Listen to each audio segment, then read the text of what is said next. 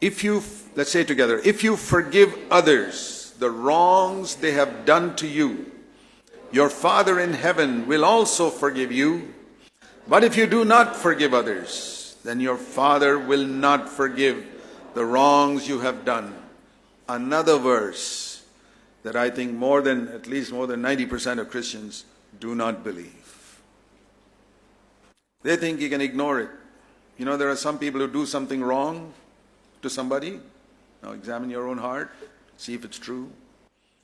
And then they feel it's too humbling to go and apologize. Maybe to your wife. How can you apologize?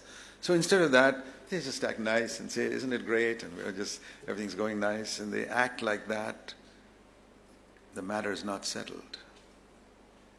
Because there's an act that you did that you never asked forgiveness for. You can act nice and behave and talk about nice things and say we have wonderful fellowship. But there remains there in history a record, something you have not settled. You know, it's like if you borrowed 10,000 rupees from somebody and then you haven't done anything about it for a number of months, and one day you say, hi, isn't it great that we're great friends, and never talk about the debt. You think that's right? It's exactly like that.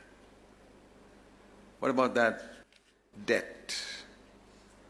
So trying to make up for some wrong that I did by just being nice. The Bible teaches you can't do that with sin.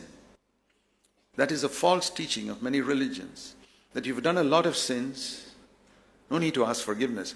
Just do a lot of good things. It's a weighing balance. The good things outweigh the bad things. God will take you to heaven. That is a lie. The same thing applies in our relationships. You've done one thing wrong. You cannot rectify it by 10,000 good things. That wrong must be apologized for. You think all Christians believe that? I wish they did. We'd have a better quality of Christianity on this earth. That's one reason why we started CFC 40 years ago. We said we can't change the whole country. We can't change all the Christians in the world. We can't change all the Christians in Bangalore. We can't change all the Christians even in a small area, but at least a few. Maybe a drop in an ocean. But we're going to make that one drop as pure as possible.